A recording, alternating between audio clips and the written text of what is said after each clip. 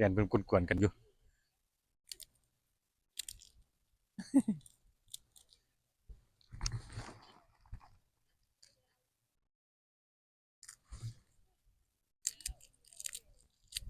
เขาเคยได้กินน้ำเขา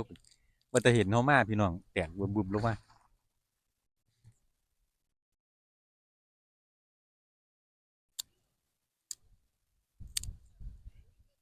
พี่น้องถามว่ามีคนมาโยนให้บ่อาหารที่จริง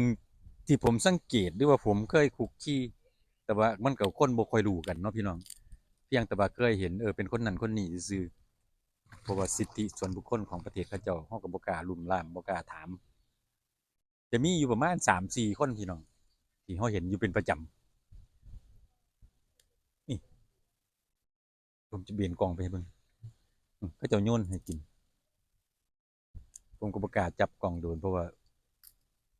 หลบเลี่ยงเอาพี่น้องเป็นเขาเจ้ามาโยนให้อยู่เป็นประจำผู้หญิง2 คนเพิ่นจะถือถุงทั่วน่ะพี่น้องเขาจะถืออยู่ในถุงหิ้วเขาเจ้าจะมีทั่วตะกี้เขาจะโยนขนมปังหลังจากเขาเจ้าเห็นผมโยนเม็ดถั่วก็จะเลยมาโยนเม็ดถั่วคือกันเดี๋ยวนี้ช่วงผมมาคุกกี้อยู่ในสวนใหม่ๆเห็นเขาจะเอาเม็ด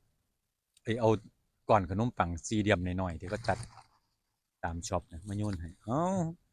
กวนกันดื้อแล้วบัดนี้